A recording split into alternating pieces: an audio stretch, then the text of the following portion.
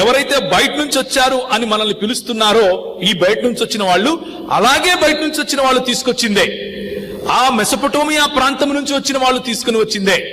ఆ మెసొపొటేమియా ప్రాంతం నుంచి వచ్చినటువంటి యూదులు ఈ దేశంలో హిందూ అన్న మతం పుట్టక ముందు నుంచి ఉన్నారు అన్నది మీరు తెలుసుకోవాలి.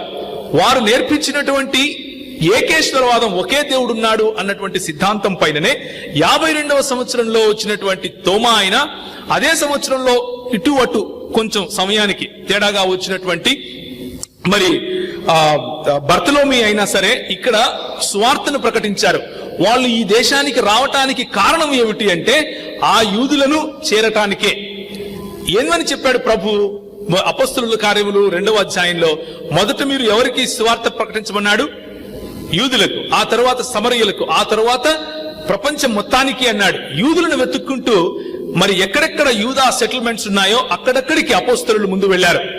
ఆ వెళ్ళినటువంటి క్రమంలోనే తోమా మన దేశానికి రావటం మనకు కనిపిస్తుంది. అదే యూదులు ఇక్కడ ఉన్నారు అని చెప్పడానికి ఒక బలమైనటువంటి కారణం. ఆయన వచ్చి ఇక్కడ సువార్త చేయటం, తక్షశిలలో ఆయన ఉండటం, తక్షశిల నుంచి గండోపార్తి అనేటటువంటి ఆ రాజు దగ్గర నుంచి సెలవు తీసుకుని అక్కడ వచ్చినటువంటి ఒక పెద్ద తుఫాను కారణంగా వేరే ద్వీపానికి వెళ్ళటం, అక్కడ నుంచి తిరిగి కొచ్చి ప్రాంతానికి రావటం.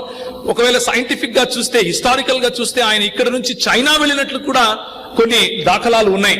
వెళ్ళినా వెళ్ళకపోయినా ఆయన చనిపోయింది మాత్రం మన దేశంలో మన ప్రజల మధ్య, స్థానికులమైనటువంటి మన మధ్య అని చెప్పటానికి చాలా చరిత్ర మన దగ్గర ఉంది. కాబట్టి మనము బయట నుంచి వచ్చిన వాళ్ళం కాదు, మన ఆలోచన బయట నుంచి వచ్చింది కాదు. హిందూ అన్న మతం పుట్టక ముందు నుంచి కూడా, అంటే దాదాపు క్రీస్తు శకము 50 నుంచి కూడా యూదా క్రైస్తవ సముదాయం